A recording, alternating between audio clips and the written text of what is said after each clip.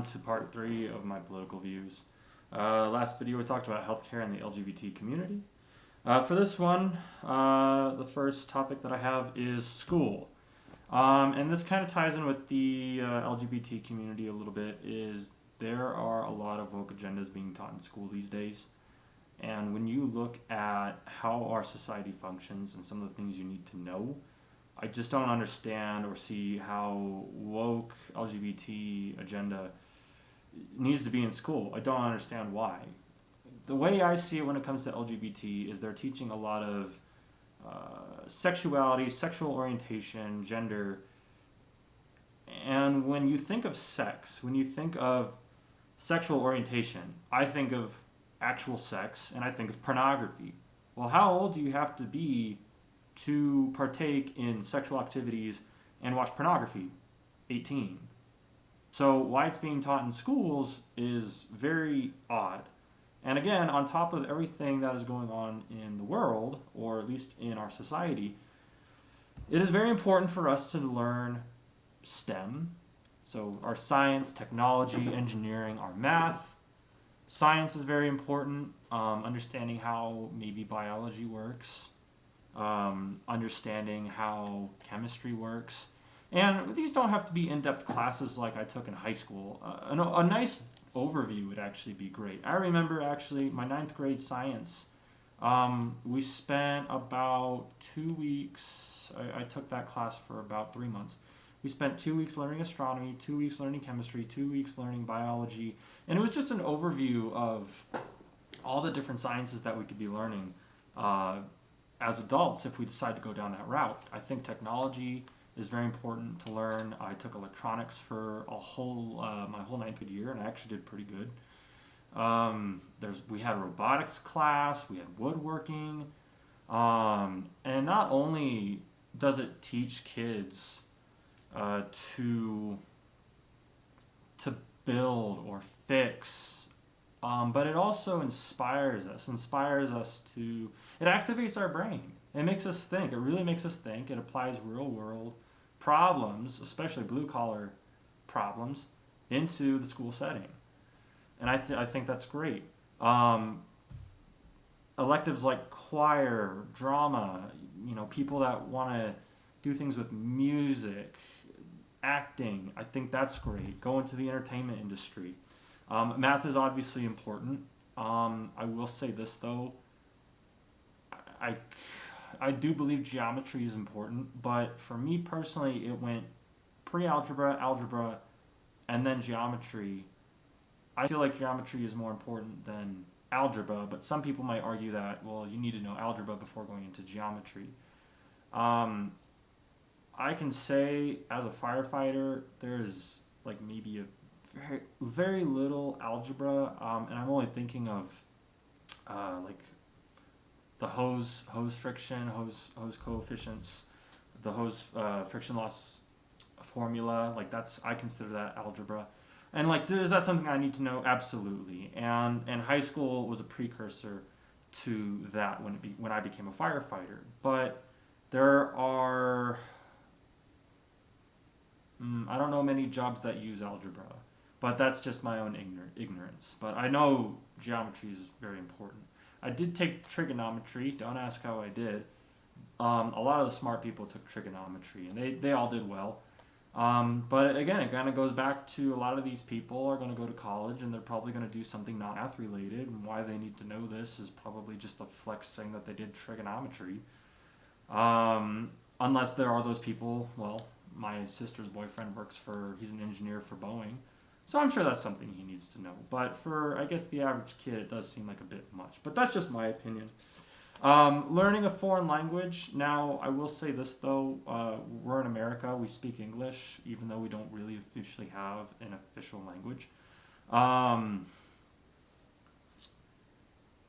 I took German for 4 years, but I took it for shits and giggles. I took it for the fun of it. And it was fun, and it definitely gave me another skill when I left high school. I actually did use my German in the military. We got stuck in Germany for a day, and I ran into the Bundeswehr polizei when I was in Kabul, and that came in very big handy. Um, but I mean, I see that something as being fun. Finances are very rarely taught in school. I took finances my last year of high school, and that was an optional class. But I took it because I wanted to know, well, how does finances work in the real world? But not everyone took that class. It's not even mandatory. And it took me until I joined the military to learn and understand how to do taxes, which I think is kind of sad. Um, our high school didn't have an automotive program, but we had a neighboring high school that did do an automotive program. I think that is great. Understanding how to fix cars. I didn't know how to change a tire until the military. I didn't know how to fix coolant hoses or replace coolant or any kind of fluid for cars. A lot of my car auto mechanic I learned in the military, but that was because we had to work on fire trucks sometimes. And if we couldn't fix it, hey, get fire maintenance out here. Um, I also had a very old lemon Jeep that was constantly breaking down. But unfortunately, I was at a rank where I wasn't making a lot of money. But whatever money I did have, I would buy parts for it, and I would learn to diagnose and replace it. I did lose a lot of those skills. I got a reliable car now, but I can still, diagnose. Oh, something's wrong with the starter. Something's wrong with the engine. Oh, the coolant's slow. That's probably why. And the importance of changing your oil. I had one of my friends back in Washington never change their oil. We found metal in it. Yeah, because you didn't change your oil. So there are a lot of important things in school I wish that were being taught. If kids did a lot more electives, it would probably inspire to take up maybe certain harder jobs later on in life. But if you're gonna, obviously there are some classes that are mandatory, like math and science and English classes. I wish I did some more writing classes. I feel like my writing is very poor. But, as important as those are, they're boring. And you're going to have a lot of kids getting turned off. They're going to think, well, this is no different than working a desk job. When they could be doing electives and going out and being inspired to do certain jobs. The other thing is physical fitness. You look at physical fitness in school back in like the 50s and 60s. People were in shape. You actually watch old videos of people doing kids doing athletic programs in high school. Like I don't know about women, so I apologize. But I remember watching videos of men doing obstacle courses, and they were just absolutely jacked, absolutely ripped, and you don't see that anymore. And I remember when I was in physical education class, there were a lot of people. I don't want to be here. I have to do at least 2 years of PE. And the teacher recognized, like, hey, well, this person, they're obese. I'm not going to make them run. You can just, sit on the side. You don't have to partake in field games. We would have ultimate frisbee. We would have flag football. We would do running. And for those people that are out of shape, I don't know what their grades were like, but they made it clear that they didn't want to partake in activities. But for me, who did track and field in middle school, did cross country in high school, and knew that I wanted to join the military, yeah, by all means, I'll run the mile. I'll run 2 miles. And I remember the last day. I think this was 9th grade. I'm pretty sure this was 9th grade. The last day of physical education class in 9th grade, they had kind of like a free day. Hey, you can play games.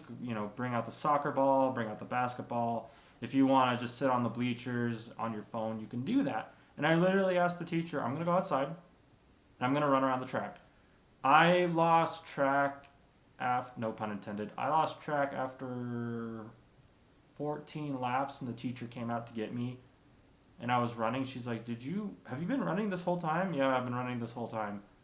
Oh my gosh. I impressed myself. I just remember just running, just kind of getting lost in my thoughts. I kind of miss those days a little bit.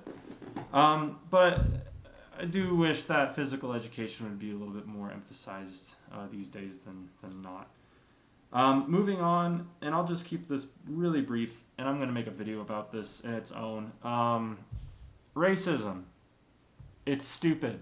People are making a big deal over skin color. Oh my god. This is 2024. There's been racism throughout entire human history. We went through the Civil Rights Act. We've abolished slavery, and it seemed like for a few decades it died down, and all of a sudden it's now all the rage.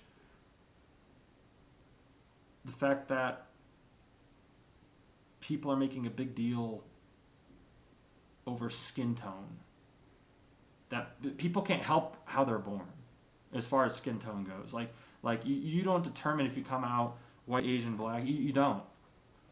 I didn't determine to come out white, and I've already been called things. I've already been actually denied a work program because I wasn't considered a minority, which was ridiculous. There's a reason why I moved out of Washington. It was just racist laws like that. I'm fresh out of the military trying to find work, and, hey, by all means, we're giving minorities an opportunity to work, but they basically threw me to the curb, like, nope, minorities only. And they didn't make that clear. They did not make that clear until after I submitted the application, which was ridiculous. It's not racism. It's really, what it comes down to is culturalism.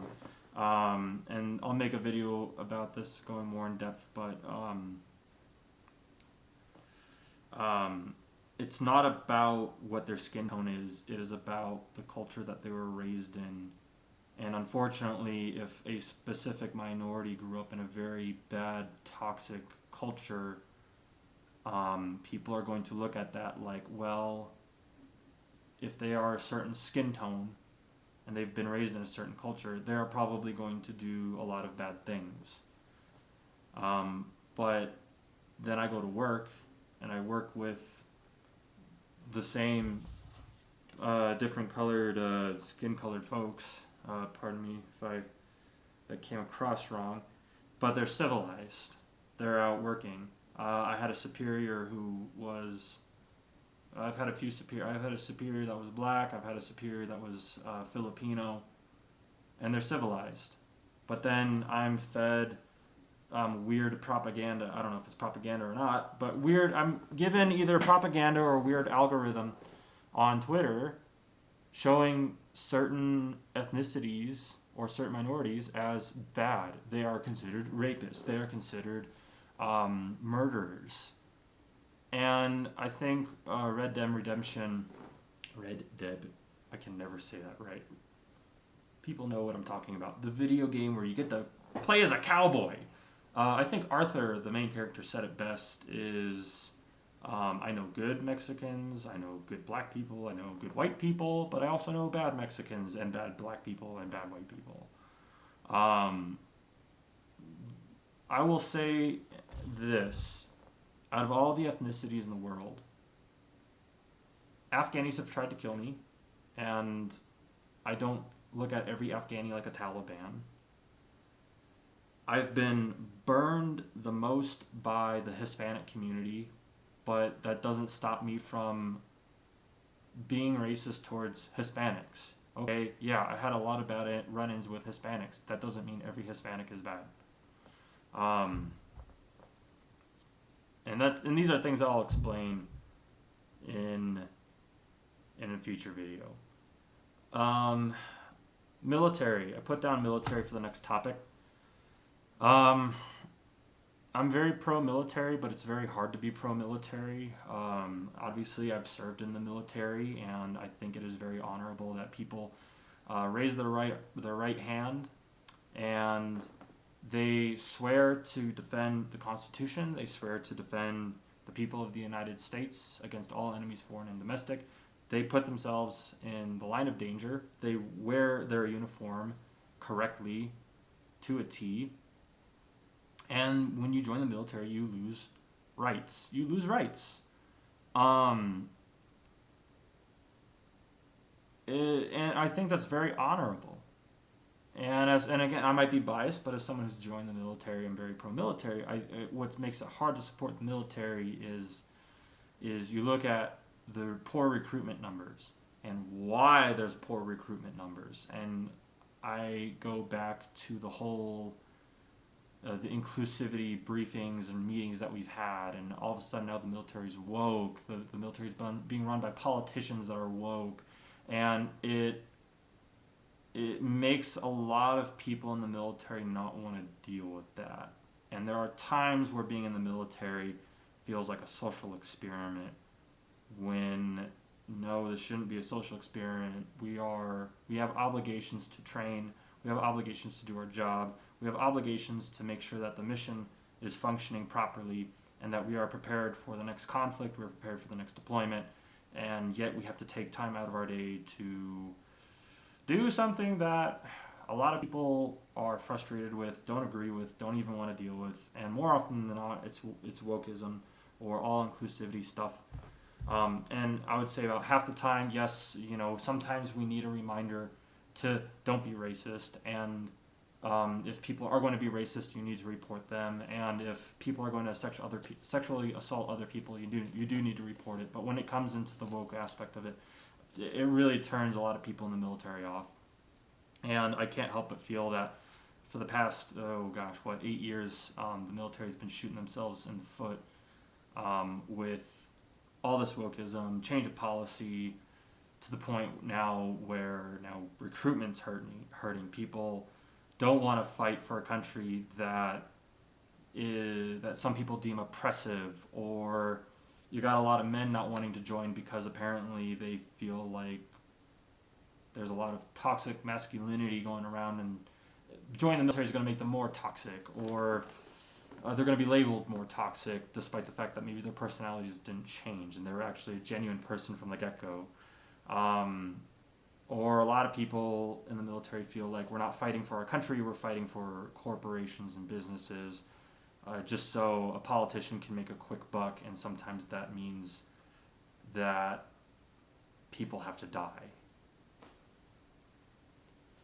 I have a few buddies that got out of the military, and they got out the first second they could, and all of them, I don't want to fight for corrupt politicians, I don't want to fight for the war machine, I don't want to fight for the military-industrial complex, I'm fighting for greed.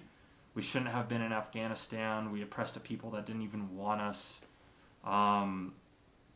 My views are a little bit more different than that. I do recognize that kind of stuff, but it's not as extreme as them. And I didn't get out because of that kind of stuff. I got out for just the sake of wanting to see what civilian life was like, and just moving back to Washington, because nothing against Oklahoma, I really just didn't want to stay in Oklahoma. And that was another thing is, I was really hoping to get orders to go somewhere else, maybe somewhere a little bit more desirable that wasn't Oklahoma, and it never came. And I was like, okay, well, I just don't want to stay in Oklahoma, so bye, I guess. So, and then I moved to Colorado on my own free will, so that felt good. I put climate change. Now, this kind of also talks into this also brings up other topics from the previous video where, like, yes, I'm pro-environment, and with this, we only have one planet, and we need to be smart about how we go about collecting resources that make our society function, looking at electricity, how cars run, all that kind of stuff. But I also talked about the downsides of trying to be green. But now I'm going to just be talking about climate change, where the climate is changing. And I will say that I do believe in climate change. However, I also believe that it's been blown out of proportion way too much. Now, I'm going to explain why I believe in climate change in the first place. Back in 2021, Washington is known for being cold in the wintertime and having a lot of rain. And there is usually snow on Mount Rainier year round. I remember I went on a hike with a friend by Crystal Mountain, one of my favorite places to go. And you can see, Mount Rainier is right there. You can see Mount Rainier. I have never seen Mount Rainier so ugly. So much snow on the mountain went away. The rock underneath was exposed. It was like a dark crimson red, which was very odd. And just the mountain looked slim. The mountain looked very slim. It didn't look like its big meaty self with all the snow. And usually when you look at Mount Rainier, you either see a bunch of snow on top followed by gray rock. This was a very slim mountain, looked unhealthy, red rock, snow was melting, and I looked at that like, wow, that doesn't look good. And that was probably because of climate change. On top of that, there was very little rainfall that year, which is very odd for Washington. We had a lot of great weather, but again, very unusual for Washington. So I do believe that, the climate is changing. Our planet does wobble when it rotates around the sun, and sometimes that affects the climate. But in the words of one of my coworkers, yes, there is a thing called climate change. It's called the weather. It's unpredictable, and it changes every year, it changes every decade. You look at how the Earth has changed climates over the past millions of years. There were points where the Earth was covered in ocean. There were times where the Earth was a big tropical planet. There were times where we had ice ages, and then we didn't have ice ages, and then the ice ages came back. Now, I understand the importance of recognizing climate change in the sense of, well, we have a lot of farms that have been, we've been farming for thousands of years, and climate change can unfortunately affect, how we harvest foods and how much food we harvest. And I feel like that's true to an extent. Yeah, it sucks that we have to maybe relocate to places that are now more suitable for farming than places prior that we've been farming for hundreds of thousands of years because of climate change. But we as a people need to ask ourselves, is climate change something that we're causing, or is this something that naturally happens? It's just something that our planet does. I'm willing to bet over 90% is just the planet doing its thing. It happens. You look at history, it happens. But I also do recognize pollution. I do recognize that there are CO2, there is CO2 going into our atmosphere that might be affecting certain places on our planet. Look at China, they have poor air quality. I believe there was this disinfectant spray or some glass spray that Australia had that destroyed the ozone, and they had to ban it. And like that itself, is climate change. If I remember correctly, it actually heated up Australia pretty badly, if I remember correctly. So there are things that we do that unfortunately affect the climate and climate change. And things that we need to keep in mind. And I did mention like, hey, a lot of CO2 is going into our atmosphere. That's not good. But for the time being, it is more beneficial to drill oil and use gasoline vehicles until we can find an actual, genuine, suitable, safe, and clean method for vehicles, for our cities. Because, like I said in the last video, you look at all the green methods that we use now, and a lot of them are just as bad, if not worse, than if we were just using gasoline, diesel, coal. There's going to be a day where we're going to run out of all that stuff. There's going to be a day where it might even be really bad, really bad for our planet, and it, to an extent, already is. And I'm not happy about it either. But I want to go about our climate in a smart manner where we have to go through this bad, polluted time for now. But while we're doing this, we need to look at How are we really going to make green electric cars actually reliable and actually green? Make the factories that they're made in actually green?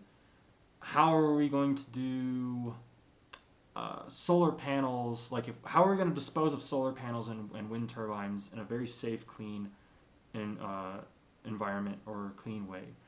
And there's some hypocrisies when it comes to being green. For example, in Colorado, and this happened this year, they replaced all plastic bags with paper bags in order to prevent plastic from getting into our landfill, prevent plastic bags from getting into the water, the ocean. And hey, the intention's great. Great job. Here's the problem though. What's paper bags made out of? Trees. So we're cutting down trees, plants that absorb carbon dioxide, CO2 in the atmosphere. You see where I'm going with this? And on top of that, paper bags are not reliable. They are not. They constantly rip, and it is a hassle. This is another great example of, yes, plastic bags, if they are misused, do end up in the landfill. They do end up in our oceans, and that's not great. I've been using the renewable bags from Walmart, and it's unfortunate because the reality is those are probably made of a material that probably doesn't decompose as quick as paper bags. But and it is a little bit of a hindrance that I have to remind myself to bring them when I go to the grocery store. But you know what? I will level and say that is probably a more better solution than paper and plastic bags. Is you just get your own reliable bag, whether if you purchased it from Sam's Club or Walmart or wherever. I think Trader Joe's has some. Just keep them in your car if you forget them, or just keep them in your house or apartment. Just remember to bring them. That, I think, is a great alternative where you're not cutting down trees for paper bags, but you're not throwing away plastic bags going into our landfill. I think that's a really great solution. Are there better solutions? Maybe. I'd like to know more about them. But those are just examples of we're slowly progressing. And there's going to be people that disagree. Plastic bags all the way. I will say I did used to save up those plastic bags, and I would use them for my trash can. I got a trash can at work. I use paper bags, or not paper bags, plastic bags from grocery stores. But now I can't get them anymore. So now I actually have to go out and buy trash bags, which, by the way, plastic. So, I mean, you could really ask yourself, like, how much really changed, because you're still using plastic bags for trash cans now. Or you look at, like, packaging. A lot of packaging's in plastic. I feel like we could be going about that in a smarter way. I think there's some Asian country that actually wraps their products or their produce in some kind of biodegradable material. I want to say like banana leaves. Not 100% sure, but I feel like that's a great alternative to, you have something that's natural, you wrap a product in it, and then you have the product and you can dispose of the banana leaf into the environment. It's just going to, do what plants do when they are disconnected from their plant, is just decay. And that's kind of what we want, is for organic material to decay and give back to the environment, whether if it's plants, the soil, nutrients. Anyway, I believe I have 2 more topics I'd like to talk about, and I will end the video